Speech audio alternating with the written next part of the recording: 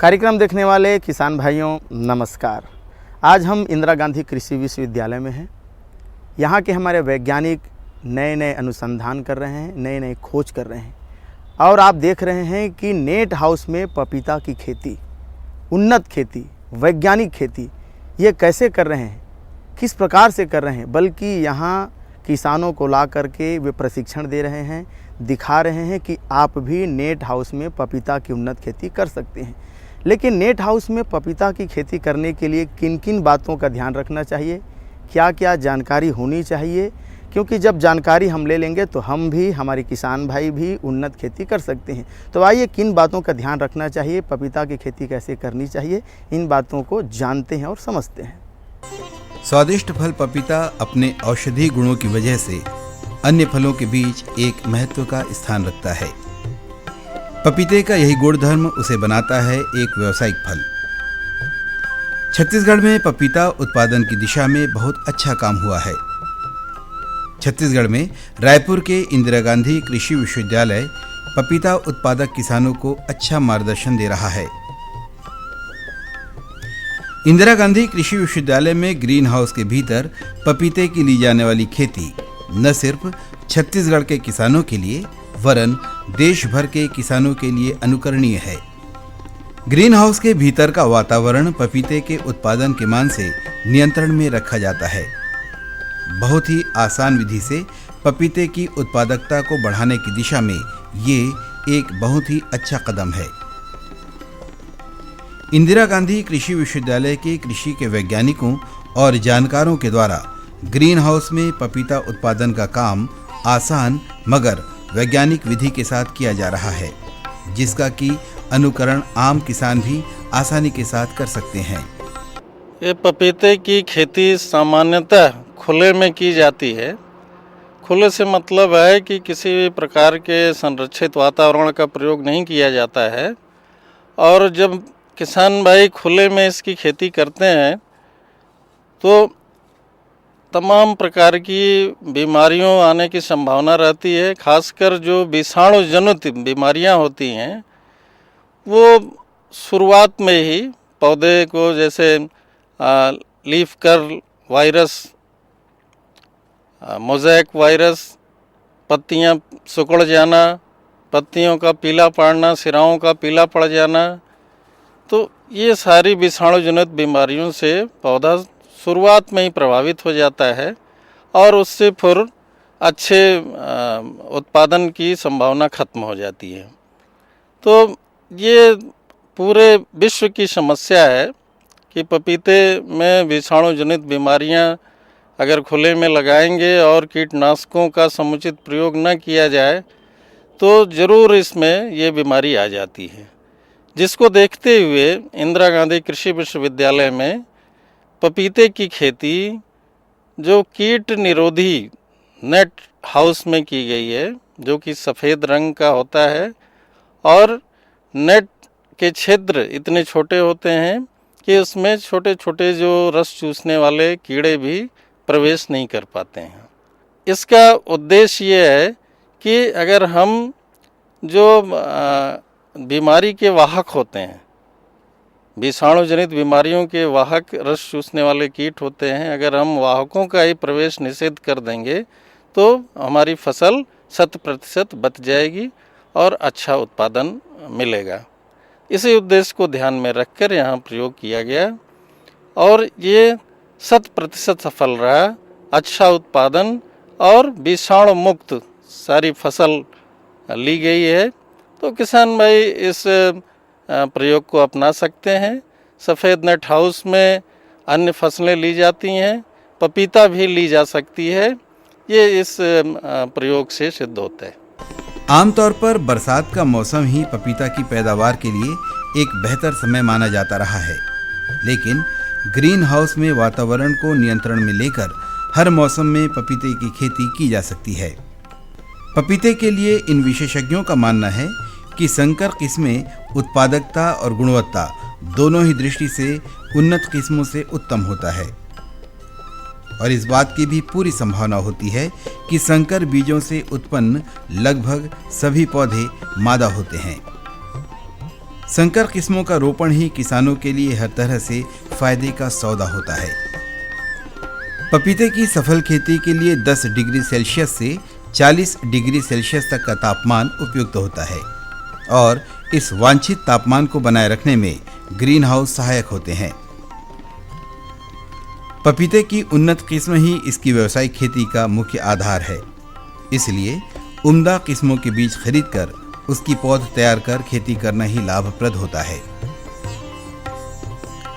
कृषि के वैज्ञानिक पपीते की अच्छी पैदावार के लिए और अधिक उत्पादन के लिए भूमि के मान से बलुई दोमट भूमि की सिफारिश करते हैं। ये जब हम पपीते की खेती की शुरुआत करते हैं तो सबसे ज़रूरी होता है कि स्वस्थ पौध भी संरक्षित वातावरण में तैयार की गई हो। जैसे नेट हाउस में, सफ़ेद नेट हाउस में हम इसका उत्पादन ले रहे हैं, ऐसे ही पौध 2 महीने की तैयार पौध, और वो भी नेट हाउस में ही तैयार की गई हो, ताकि शुरुआत से ही विषाणुजनित बीमारियों से बचा जा सके। तो एक तो ये ध्यान रखना है। दूसरा, जो गाइनोडाइसियस वैरायटी होती हैं उनका प्रयोग इसमें करना चाहिए। जैसे रेड लेडी या 786 जो है शंकर प्रजाति है, ऐसे ही कोरघानी ड्यू है, पूसा डेलिशियस, इन सब प्रजातियों को लगाया जा सकता है इसमें।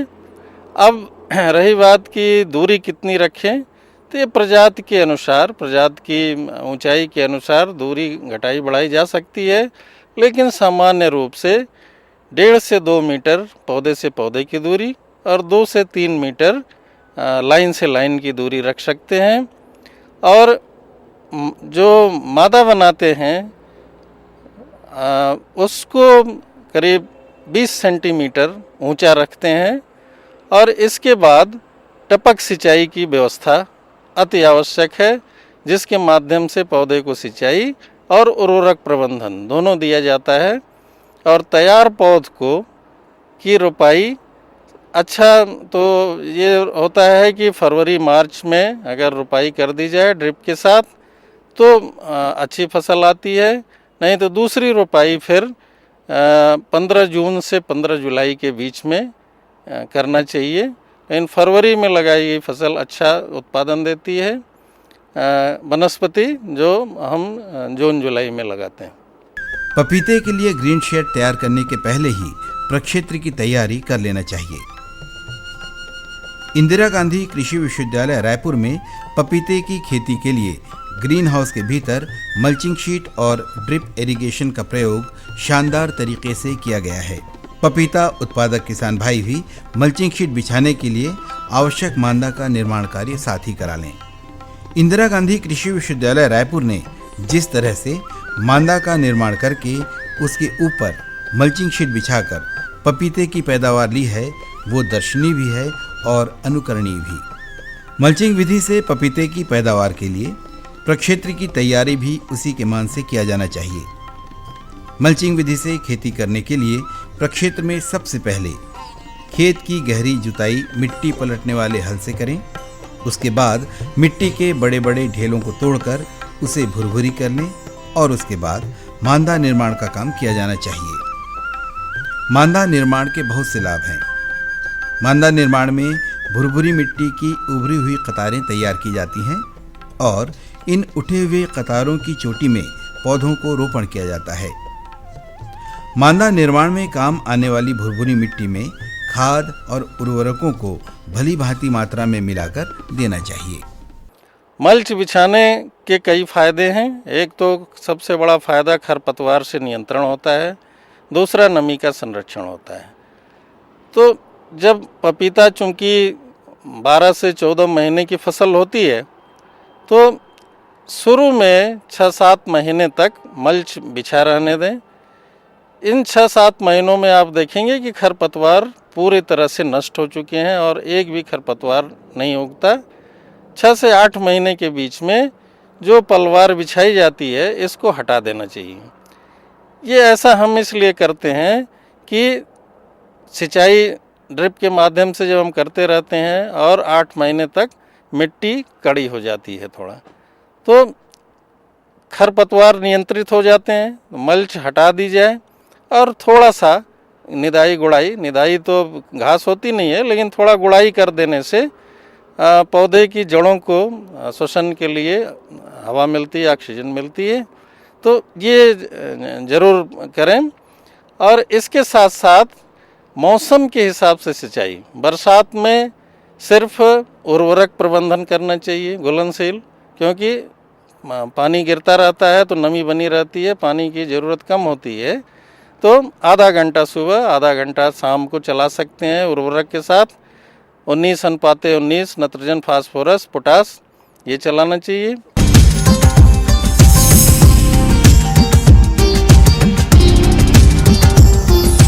किसान भाइयों, जल है तो जीवन है, पानी है तो जिंदगानी है। यानी एक एक बूंद पानी की कीमत को हमें समझना पड़ेगा, एक एक बूंद पानी को हमें बचाना पड़ेगा। और पपीता की खेती में यानी ड्रिप इरिगेशन सबसे बहुत बढ़िया कारगर है। खेती के लिए ड्रिप इरिगेशन टपक विधि सबसे महत्वपूर्ण है। तो पपीता की खेती में जब हम ड्रिप इरिगेशन की बात करते हैं, यानी सीधा पौधा को पानी मिलता है, बूंद बूंद पानी पौधों को मिलता है, खरपतवार भी नहीं होता है, तो हमें भी चाहिए कि हम ड्रिप इरिगेशन का इस्तेमाल करें। मल्चिंग शीट विधि अपनाने के लिए सिंचाई की टपक पद्धति या ड्रिप इरिगेशन का उपयोग ही सबसे उत्तम होता है। किसान भाई प्रक्षेत्र की तैयारी के वक्त ही सिंचाई की टपक पद्धति के लिए पाइपलाइन वगैरह बिछा लें। पपीते की खेती में सिंचाई के लिए टपक पद्धति को उपयुक्त इसलिए भी माना जा सकता है कि इसमें सिंचाई को तने से दूर रहना चाहिए और रिसकर जड़ों तक पहुंचना चाहिए। सामान्यतः छत्तीसगढ़ की जलवायु में पपीते की फसल को औसतन 550 मिलीमीटर पानी की आवश्यकता होती है। यदि टपक पद्धति ही अपनाई जा रही हो तो सिंचाई शरद ऋतु में सप्ताह में 2 बार और ग्रीष्म ऋतु में प्रतिदिन या 1 दिन के अंतराल में देना चाहिए। किसान भाइयों, जैसा कि आप जानते हैं कि टपक सिंचाई या ड्रिप इरिगेशन, जिसको सिंचाई पद्धति बोलते हैं, ये सभी फसलों के लिए बहुत ही उपयोगी है। लेकिन खासकर फलदार वृक्षों जैसे पपीता में यह और भी ज़्यादा उपयोगी हो जाती है। पपीता ऐसी फसल है कि जिसको लगातार पानी चाहिए, लेकिन ज़्यादा पानी नहीं चाहिए। ज़्यादा पानी देने से इसमें नुकसान होता है और कम पानी देने से बढ़वार रुक जाती है। तो समुचित मात्रा में पानी इसको दिया जाए और साथ में उर्वरक प्रबंधन किया जाए तो भरपूर उपज इससे प्राप्त होती है। अब लगाते समय ड्रिप को बिछाने का ऐसा बिछाना चाहिए कि पौधे के तने से थोड़ा सा दूरी पे रहे, मतलब 4 इंच दूरी पर ड्रिप को रखना चाहिए। ज़्यादा सटा कर रखने से तने की गलन बीमारी की आने की संभावना रहती है। इसके साथ साथ शुरू में जब पौधे लगाते हैं तो मल्च ज़रूर लगाना चाहिए। पपीते के लिए ड्रिप पद्धति से सिंचाई एक और कारण से बेहतर मानी जा सकती है। वो ये कि इस विधि के द्वारा पौधों की जड़ों में घुलनशील उर्वरकों को भी सिंचाई के साथ ही साथ पहुंचाया जा सकता है। जल प्रबंधन और खाद प्रबंधन के बाद पॉलीथीन की पतली शीट या झिल्ली मांदा पर बिछा दी जाती है। ये पॉलीथीन मांदाओं के ऊपर ही होनी चाहिए जिसमें कि हम पपीते का उत्पादन लेना चाहते हैं। मांदाओं के बीच की खाली जगह को खुला छोड़ना चाहिए, जिस पर से होकर कृषक बंधु अपने फसल का मुआयना कर सकता है। मल्चिंग विधि से उर्वरक और खाद की बचत भी होती है, साथ ही साथ जल प्रबंधन भी आसान हो जाता है। पूरे खेतों में उर्वरक छिड़कने के अतिरिक्त खर्चे से भी किसान भाई बच जाते हैं और उर्वरीकरण का काम किफायत के साथ पूरा हो जाता है। इस विधि के उपयोग से भूमि की उर्वरता भी बची रहती है, साथ ही साथ मानव श्रम की भी भरपूर बचत होती है। पॉलीथीन की वजह से प्रक्षेत्रों के उन स्थानों में जहां से फसल लेनी होती है, नमी बनी ही रहती है। मल्चिंग विधि से खेती से सिंचाई के लिए जल कम ही लगता है। इस विधि से उन स्थानों में भी वांछित फसल ली जा सकती है जहां जल की उपलब्धता सीमित हो। पॉलीथीन की चादर की वजह से मल्चिंग विधि से खरपतवारों के उग आने की संभावना भी कम हो जाती है। पपीता उत्पादक किसानों के लिए कृषि विशेषज्ञों की राय होती है कि पपीते की सफल खेती के लिए प्रक्षेत्र की तैयारी इस तरह से होनी चाहिए कि कम से कम 45 सेंटीमीटर गहराई तक मिट्टी हल्की और भुरभुरी हो, ताकि वायु के संचार में कोई बाधा न हो। फसल के पहले ही खेत की तैयारी के अंतर्गत प्रक्षेत्र को आड़ी और खड़ी 2 से 3 बार जुताई कर पाटा चला देना चाहिए। खेत को खरपतवारों से खाली कर लेना चाहिए। प्रक्षेत्र की तैयारी के वक्त ही इस बात को भी ध्यान में रखना चाहिए कि कहीं जल का जमाव न हो, पानी खेत में न रुकने पाए। जल का ज्यादा जमा होना भी पपीते की फसल के लिए नुकसानदेह होता है। इसलिए पपीता उत्पादक किसानों को जल के निकास की भी पर्याप्त व्यवस्था रखनी चाहिए। पपीते के रोपण में पौधे से पौधा 2 मीटर और कतार से कतार 2 मीटर की दूरी रखी जानी चाहिए।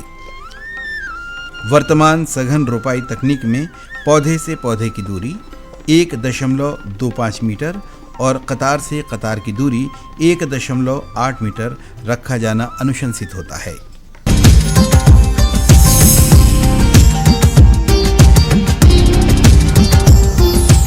किसान भाइयों, कहा जाता है कि खाद है तो खेती, नहीं तो नदी की रेती। यानी किसान भाइयों, जब हम किसी भी फसल को लें तो खाद के बारे में ज़रूर जानकारी लेना चाहिए। जैसे हम पौधा को लगा रहे हैं तो कितनी मात्रा में देना है, पौधा अगर बढ़ रहा है तो कितनी मात्रा में देना है, और पौधा में यानी पपीता की खेती की बात कर रहे हैं तो पपीता में अगर फल और फूल की बारी आ रही है तो कितना मात्रा में देना है, ये जानकारी हमें होना चाहिए। और जब जानकारी होगा तो उत्पादन भी अच्छा होगा। तो किसान भाइयों, आइए देखते हैं खाद प्रबंधन। उचित तरीके से पपीते का रोपण हो जाने के बाद 5 से 6 महीने के अंतराल में फल आने की प्रक्रिया प्रारंभ हो जाती है। प्रत्येक पत्ती की कक्षा में फूल निकलते हैं। पपीते में पौधे की बढ़वार और फल आने का काम लगभग साथ ही साथ चलता रहता है। इसलिए इसमें उर्वरक कई मर्तबे डालने की जरूरत पड़ती है। सिफारिश मात्रा में उर्वरक पौधे के चारों ओर तने से दूर फैलाकर देना चाहिए। उर्वरक देने के बाद हल्की सिंचाई कर देनी चाहिए। यदि उर्वरकों को ड्रिप पद्धति से सिंचाई के माध्यम से देना हो तो ऐसे रसायनों का प्रयोग किया जाना चाहिए जो जल में घुलनशील हों। किसान भाइयों, पपीते से अच्छा उत्पादन लेने के लिए आपको सतत निगरानी रखने की ज़रूरत है। अच्छी बढ़वार और अच्छे उत्पादन के लिए घुलनशील उर्वरकों का प्रयोग इसमें किया जाता है। सामान्य रूप से 2 प्रकार के उर्वरक का प्रयोग किया जाता है। एक तो नाइट्रोजन, फास्फोरस और पोटास का घुलनशील मिश्रण होता है, जो 19:19:19 के अनुपात में होता है। इसको प्रतिदिन आधे घंटे चलाना चाहिए, और अगर मौसम नम हो तो 1 दिन के अंतराल पर चलाना चाहिए। इसके साथ साथ जो घुलनशील सूक्ष्म तत्व होते हैं, जैसे बोरान है, जिंक है, मैग्नीज है, ये सारी चीज़ें, सल्फर है, ये सूक्ष्म तत्व का मिश्रण आता है। इसको भी हफ्ते में, सप्ताह में करीब 2 बार आधे आधे घंटे के लिए ज़रूर चलाएं। तो इससे आपको पपीते में आने वाले विकार भी रुक जाते हैं और साथ ही साथ अच्छा उत्पादन मिलता है।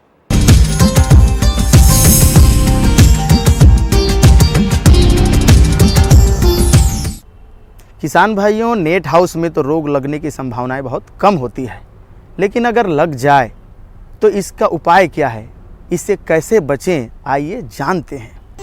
कुछ कीट हैं जिनसे अपने पपीते की फसल को वैज्ञानिक विधि के द्वारा बचाए रखना चाहिए, जैसे लाल मकड़ी और माहू। पपीते की फसल को नुकसान पहुंचाने वाले रोग इस प्रकार से हैं: आद्रगलन और मोज़ेक। कुछ विज्ञान सम्मत विधि को अपनाकर ग्रीन हाउस में इन रोगों और कीटों से भी पपीते की फसल को आसानी से बचाया जा सकता है। किसान भाइयों, संरक्षित वातावरण में पपीते की खेती में ऐसे तो बीमारियां और कीट कम लगते हैं, लेकिन कभी कभी मानवीय भूल की वजह से, जैसे कि नेट हाउस का दरवाज़ा खुला रह गया या श्रमिकों के आने जाने से बीच बीच में छोटे छोटे कीट पतंगे प्रवेश कर जाते हैं। तो इसके लिए हमारी समझाइश है कि आप गेंदे की, अफ्रीकन गेंदे की, पीले गेंदे की बॉर्डर रो लगाएं किनारे किनारे गेंदे की फसल लें, उससे उत्पादन फूल का भी मिलता है, साथ ही वो रस चूसने वाले कीड़ों को आकर्षित करती है, तो उनका नियंत्रण किया जा सकता है। इसके साथ साथ जब आप देखें कि किसी भी प्रकार के रस चूसने वाले कीड़े कहीं भी दिख रहे हों, जैसे सफ़ेद मक्खी है या एफिड है, जैसीड, तो ये रस चूसने वाले कीड़े अगर दिखते हैं तो इमिडाक्लोप्रिड आधा मिलीलीटर 1 लीटर पानी में मिलाकर इसका स्प्रे करना चाहिए पौधों पर। इसके साथ साथ अगर आपने देखा कि पत्तों पर कहीं धब्बे आ रहे हैं, छोटे छोटे भूरे धब्बे दिख रहे हैं, तो बीमारी हो सकती है, लीफ ब्लाइट हो सकती है। तो इस पे जो है कार्बेंडाजिम और मैन्कोजेब दोनों का मिश्रण आता है, दोनों का मिश्रण मिला के 2 ग्राम 1 लीटर पानी में मिलाकर 15 दिन के अंतराल पर 2 बार छिड़काव कर दें, तो इससे लगभग जो संभावित बीमारियां हैं उनसे बचत हो जाती है। इसके अलावा पूरे प्रक्षेत्र के अंदर जो है प्रति सप्ताह सूक्ष्म निरीक्षण करें। अगर कहीं पर भी आपको वायरस के विषाणु जनित निशान मिलते हैं पत्तियों पे, तो उस पौधे को निकाल कर नष्ट कर दें या पत्तियों को तुड़ाई करें। शुरू में देखें कि अगर वो किसी पोषक तत्व की वजह से दिख रहा होगा सिकुड़ापन, तो वो दूर हो जाएगा। अगर पत्तियां तोड़ने के बाद भी सिकुड़ापन दिख रहा है नई पत्तियों पे, तो पूरे पौधे को उखाड़ कर और नष्ट कर दें। तो इतना सावधानी बरतेंगे तो बहुत अच्छा उत्पादन ले सकते हैं नेट हाउस के। पपीते के लिए बनाया गया ग्रीन हाउस देश भर के पपीता उत्पादक किसानों के जीवन में भी हरियाली ला सकता है। इसके लिए परंपरागत विधि के मोहपाश से बाहर आना होगा।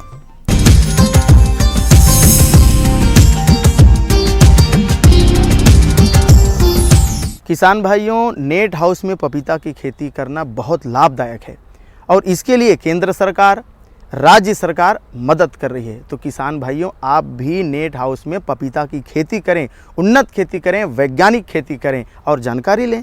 अगले अंक में नई जानकारी, नई तकनीक के साथ आपके साथ फिर उपस्थित होंगे।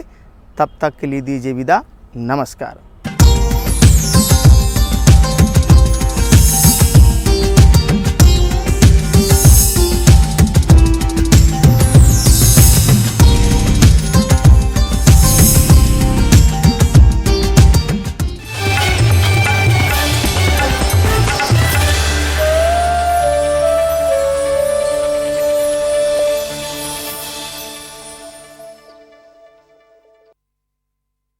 दोस्तों को खबर कीजिए, चांद को हम सफर कीजिए, चांद को